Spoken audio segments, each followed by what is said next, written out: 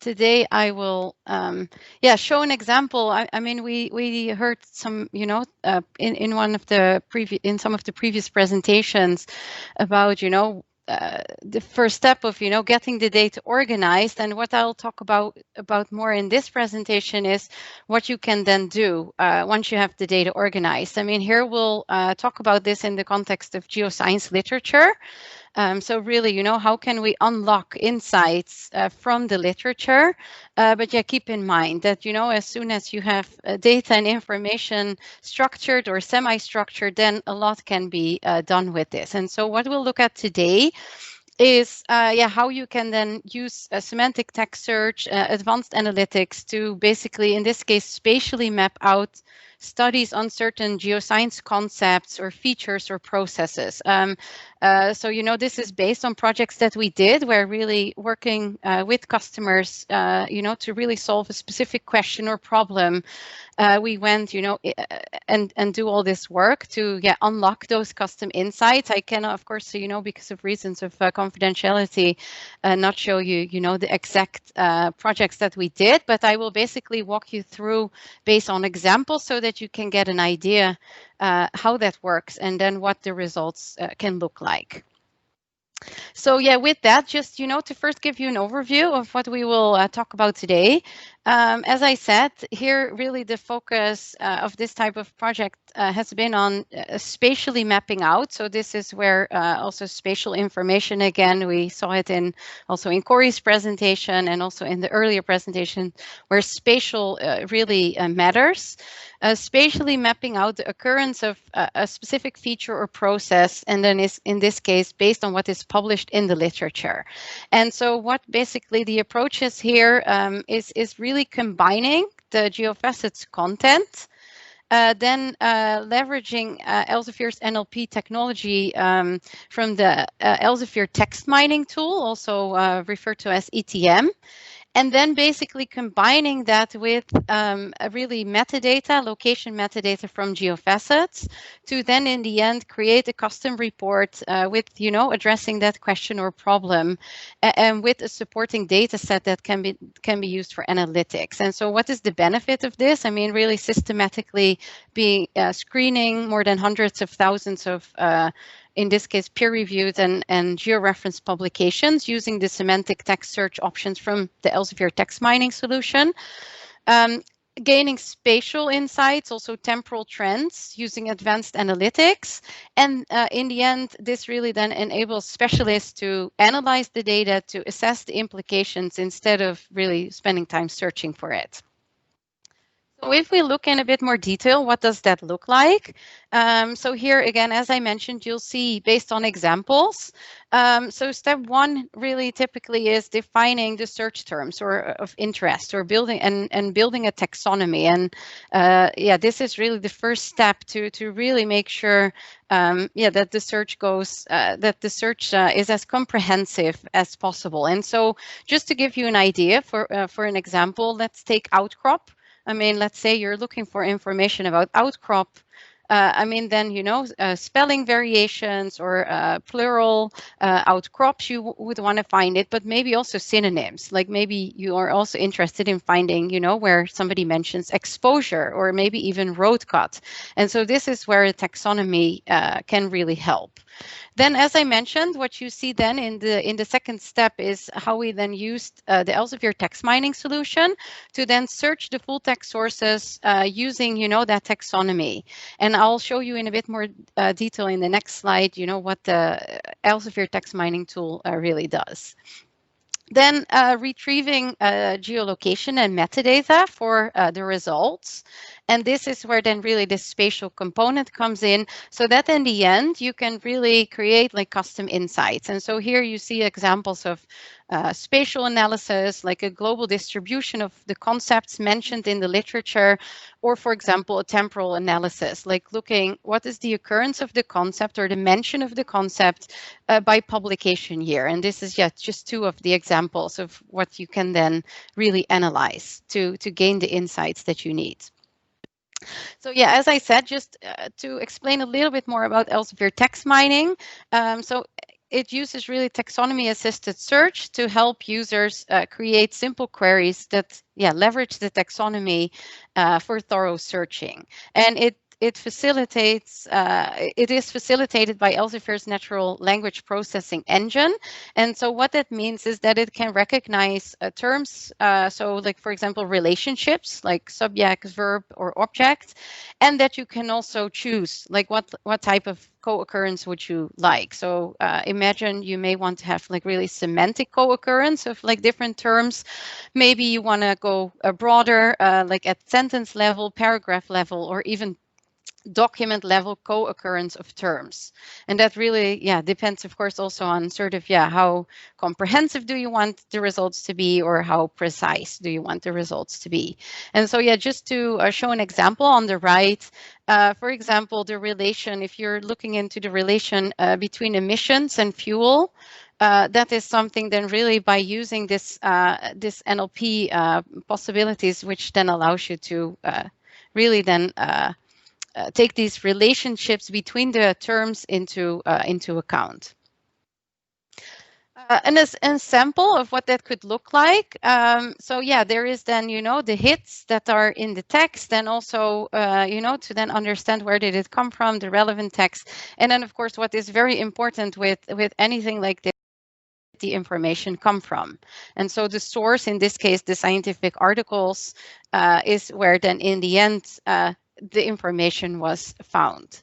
And so like that you can really create such an overview of like what is really the relevant content out of those thousands of documents. As I mentioned, then the specific thing that we really looked at here is location, because in geosciences, location is really important. I mean, usually we're really looking at like a certain basin, a certain area, a certain mountain belt. So location is key. And so that's where then, that specific type of geofacets metadata comes in to define, is this about like one location? Is it multiple locations? And so here you just see some visual examples at the document level, like, is this talking about one or more locations, which can then give you those spatial insights.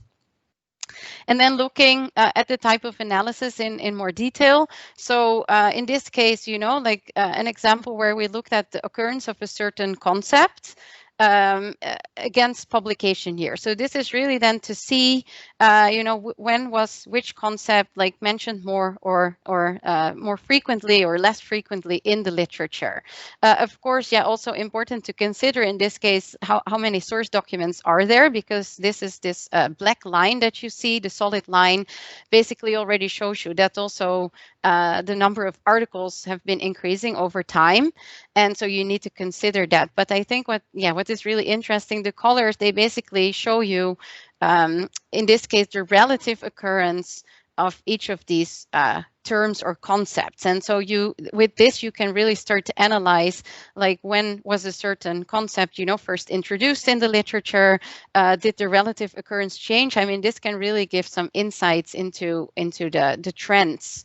And with that, of course, on that topic that you're looking into. And then the last one, the spatial insights. So in a similar way, you can then start to plot the results. Here we created a density map to really then see the global distribution of where those concepts have been mentioned.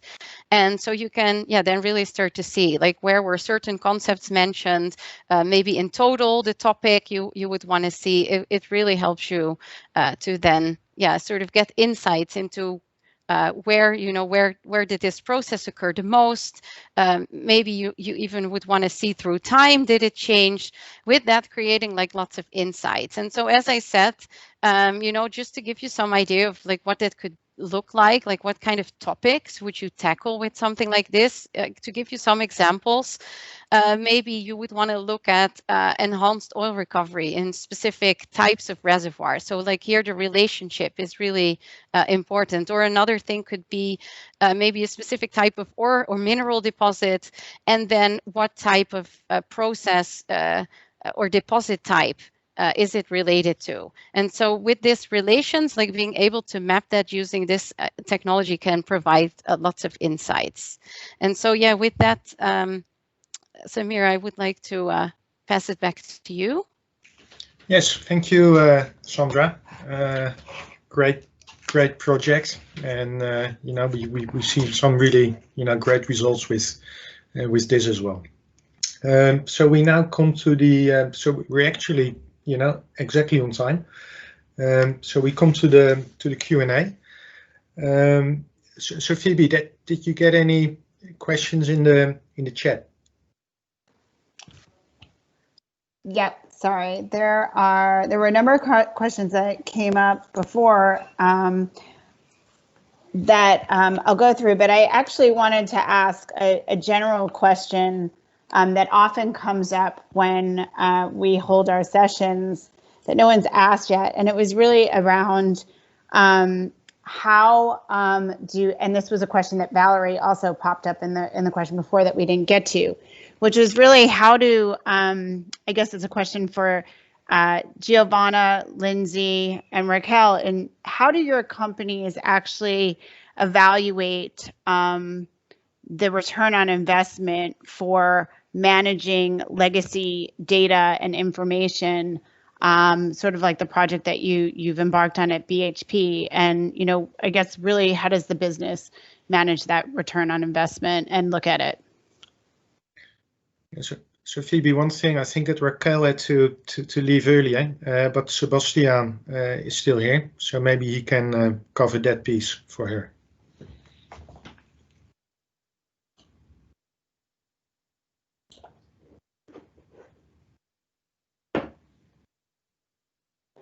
Can y'all hear me? This is Lindsay. I'll try and answer it. So I think there's two different aspects to it, right? There's a direct impact that you can kind of realize based on, maybe you're optimizing your storage so you don't have all these duplicates, or you're getting rid of applications so you don't have 500,000 different unique applications for each thing. If you could kind of combine those are kind of like direct things that you can do. The harder thing to measure is the indirect, so it's the time impact, right? So if you've got people, your technical employees, they're paid pretty well. And if they're spending, weeks and months trying to get all the data together and get it, perfectly organized, I mean, they're really they can do that, but, would you rather than spend more time interpreting? And if you can turn out results faster, you can be quicker in the market. It's those kind of things that they're harder to measure. You kind of have to do a proxy for. But, and if you're able to have all your data together, can you make better discoveries and better business decisions? So that would be my comment. I'm not sure if Giovanna has anything else to add from that side.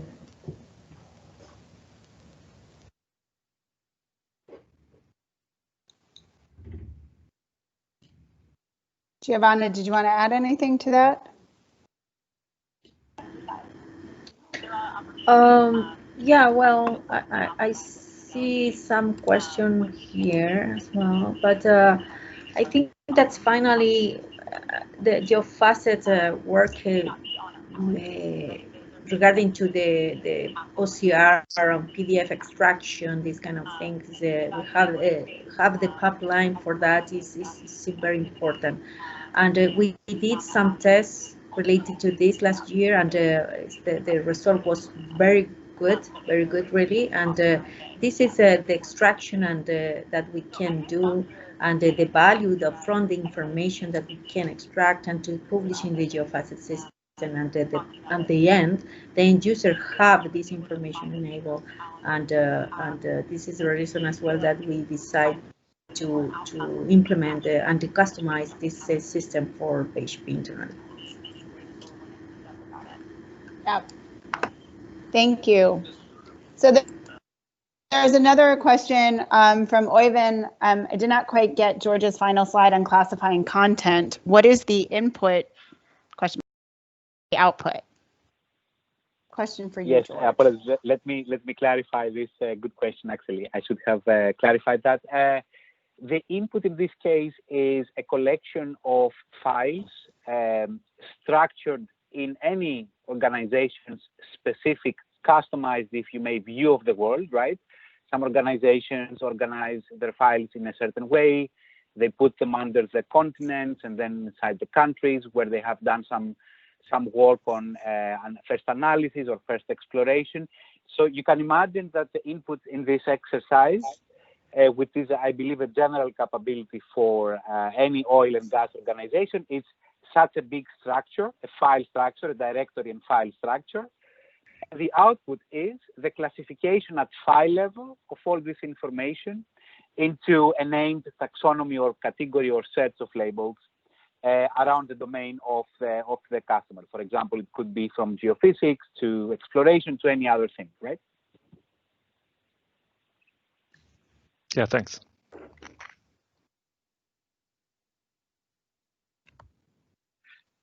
I can add one piece to Jennifer's question, I believe.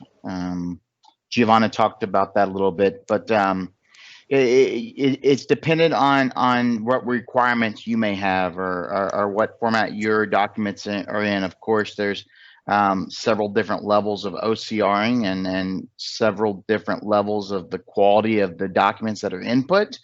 In some cases, of course, we have our own internal tools, and then there's open source tools. And what we've done with several projects so far is use a mix of those along with adding some custom taxonomies to extract the data in a helpful manner from those those PDFs or whatever they may be.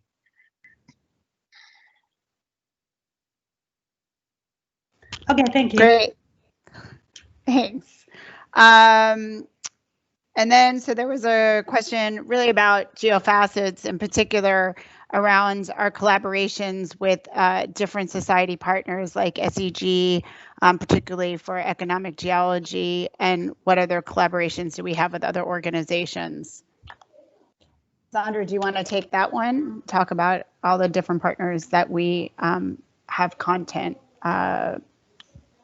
Yeah, so indeed, we still work and collaborate with SEG and economic geology is also included in Geofacets, and then many other sources. So if you think back about this slide that Samir showed at the start, the Geofacets journey, basically there's content from AAPG, from Geological Society of London, SEPM, and many more, like 15 sources at the moment. I mean, both publishers and societies.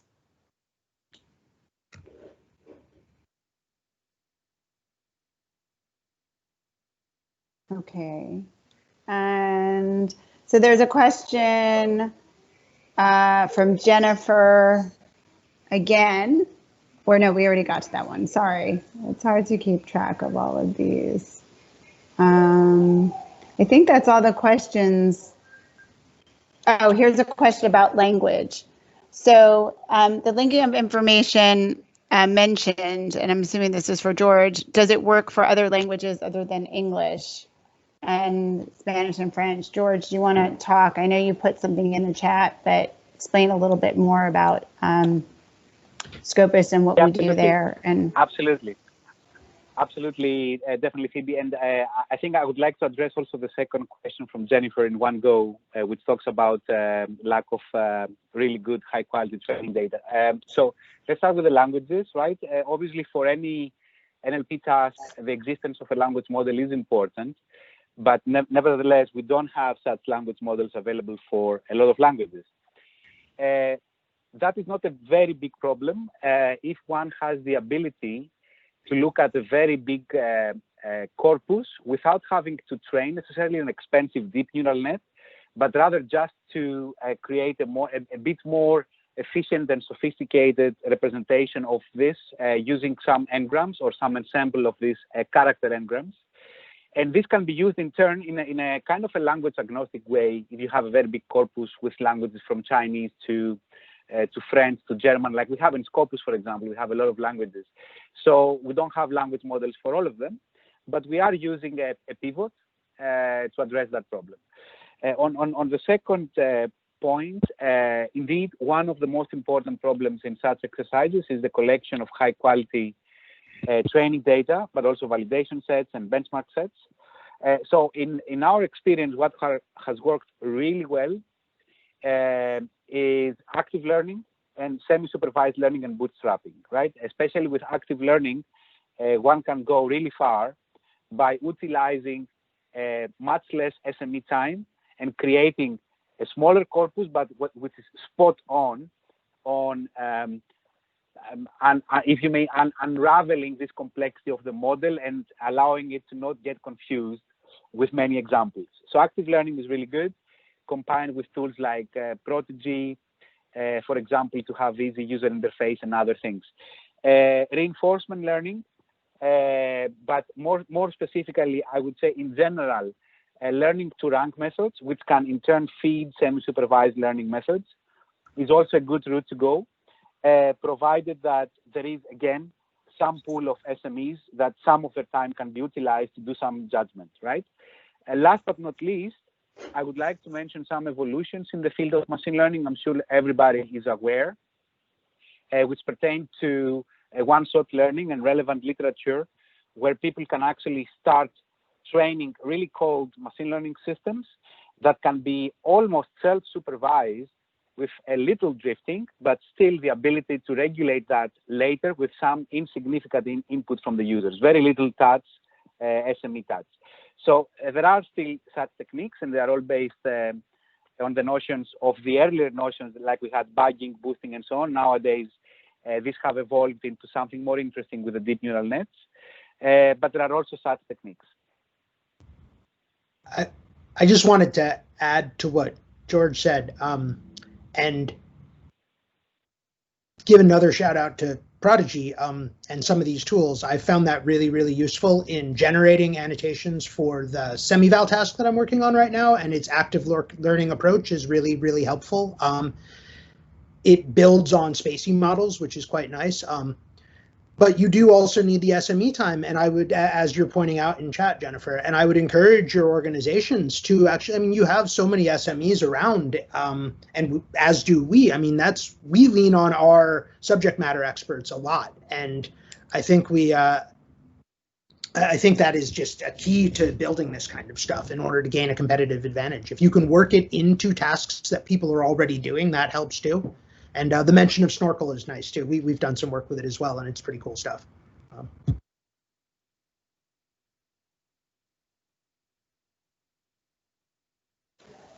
Yeah, so I just popped a question for our other customers who are joining this event. And does anybody want to share some examples of what your company is doing to tackle any one of the number of challenges in data integration and data management? We know that there's lots of companies and customers of ours that are doing projects here and there, and I wonder if it might be a good opportunity to share some of those ideas, if anybody's willing to.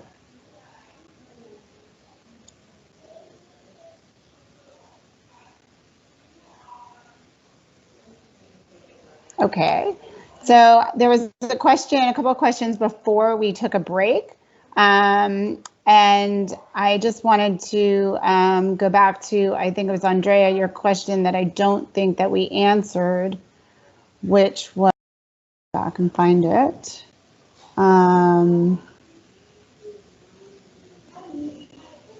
Apologies. So did we develop systems to perform massive data loadings or from other different platforms with the purpose to have all data on a unique system? I guess this was could be for Giovanna or Lindsay. Well, for our side, we did try to do some specific single platform and develop internally, but obviously don't have the successful from the expectation from the end user really. And we did some integration from production database internally. However, the result wasn't good, and we decide to start to looking in the market and even that we found the other solution, but still in develop is not have the successful that we have in the proof of concept we will do with the Geofacets. Really.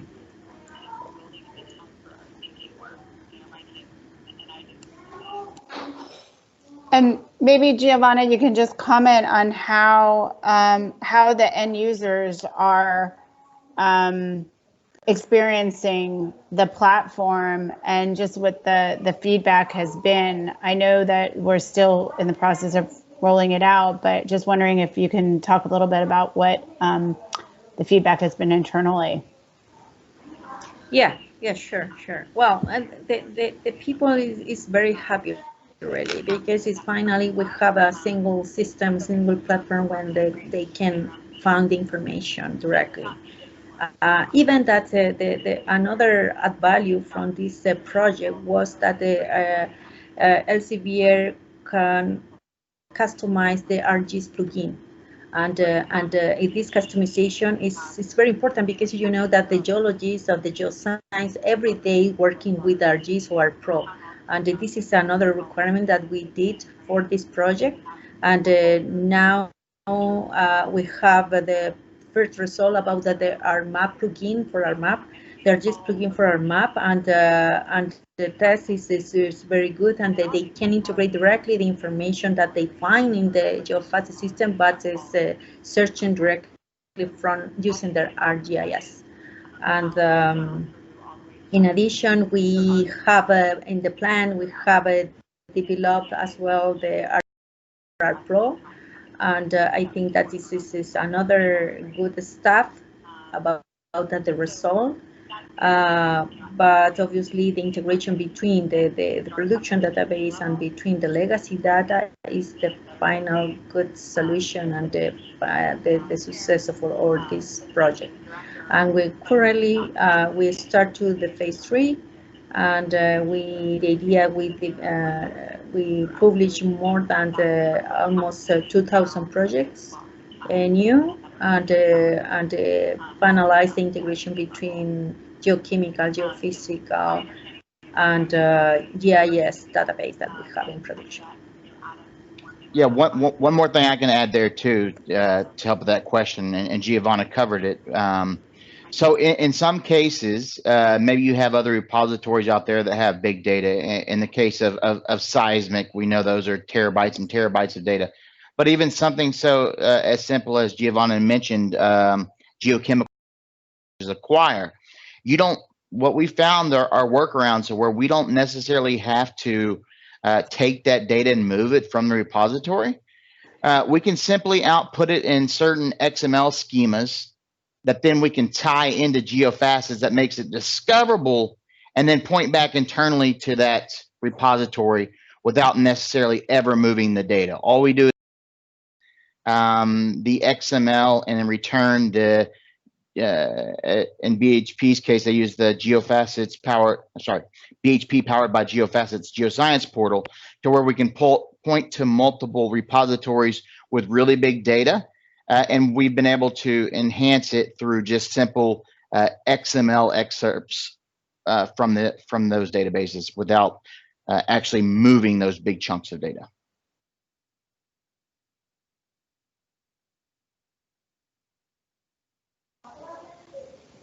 Great, thanks, John.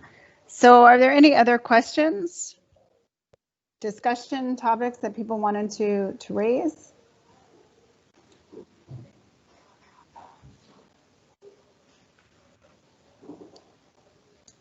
So maybe Phoebe, I do remember that was a bit of a discussion I had offline with a customer that might be of relevance for this audience as well. Is the question to what how do we, what are our plans regarding the energy transition?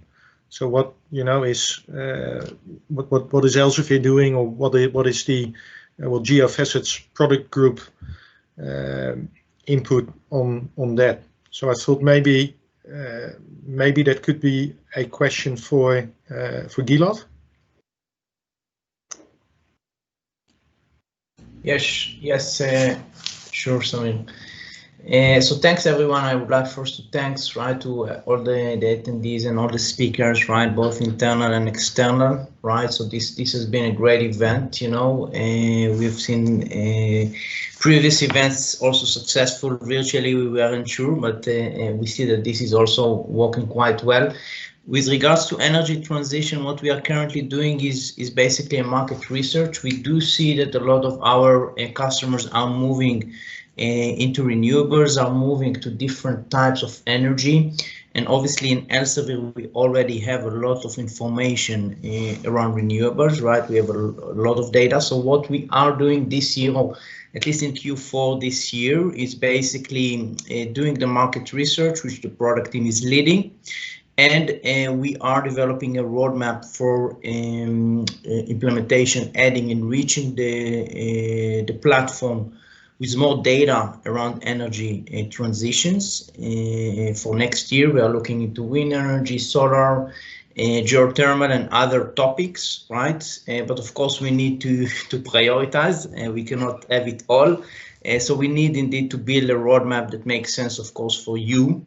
And that's why our product team will reach out to many of you in the discussion to discover and understand, where do we start from in terms of energy transition. In the collaboration with MapStance, we already are going to end wind energy data. So wind energy information will already be there this end of this year, beginning of next year. So hope it answered the question, Samir. Yes, thank you, Gilad. So Phoebe, do we have any more questions? Otherwise, we can maybe wrap up. So I have a question for either the Geofacets team or the customers in attendance around use cases, right? For the kind of recombinant textual analytics type stuff I was showing, my TOC in a given location is kind of a contrived example that's bubbled up from some conversations I've had with Sandra and John and Gilad. But I'm curious if there are other use cases like that where you can imagine sort of combining different analytic data points that could be represented as annotation, either on our content or on your own content, might be helpful in workflows that you have and things that I could actually play around and experiment with.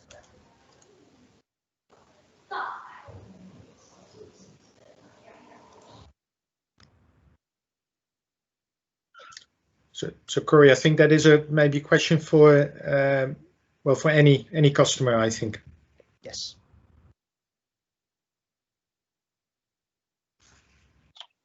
Maybe they'll email you later with examples. Yeah.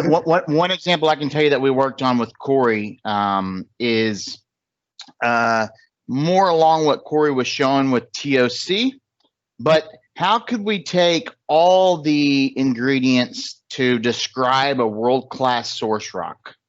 TOC just being one piece of that, but thermal maturation, the sill, the charge. And we did something very similar around that.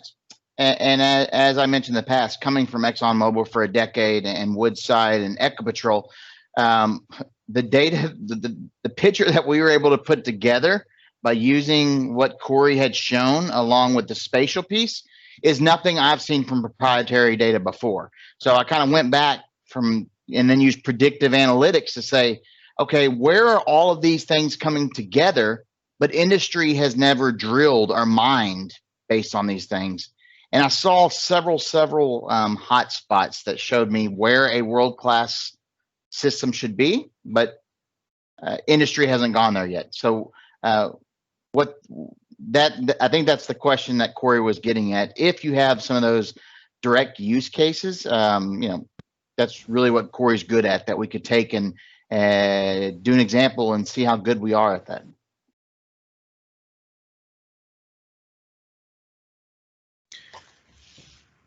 Good, Corey. Maybe I can take that offline as well with a few people, and then all can get you connected. Okay. Cool. Thank you. So shall we wrap up, Phoebe. I think we are very nicely on time. So let me first, well, thank the speakers. So of course Giovanna, Raquel, and Lindsay, but also the Elsevier team who presented, John, George, Corey, Sandra. For me, I think what Corey brought up I think in the beginning of his presentation, I think he said something that one of his highlights are these customer events, because there is so much he learns from these meetings. And I think that applies to everyone in this meeting. So I think for me it has been really interesting to hear of course the customers speaking, but also my own colleagues. It makes you realize how important it is to keep connected. So again, thank you everyone. I think Phoebe, you wanted to share a survey link, right? Yeah, sorry, I was trying to put it in, but it's done some weird highlight stuff. But yeah, in the chat, I've just popped in a survey. We will follow up through email. Also sending out the survey. We would love everybody's feedback. So when we think about the next Geofacets Forum, we know perhaps some topics of interest, but also how to improve and just make this better and better each year. So thank you, everyone, and appreciate your feedback. Thank you.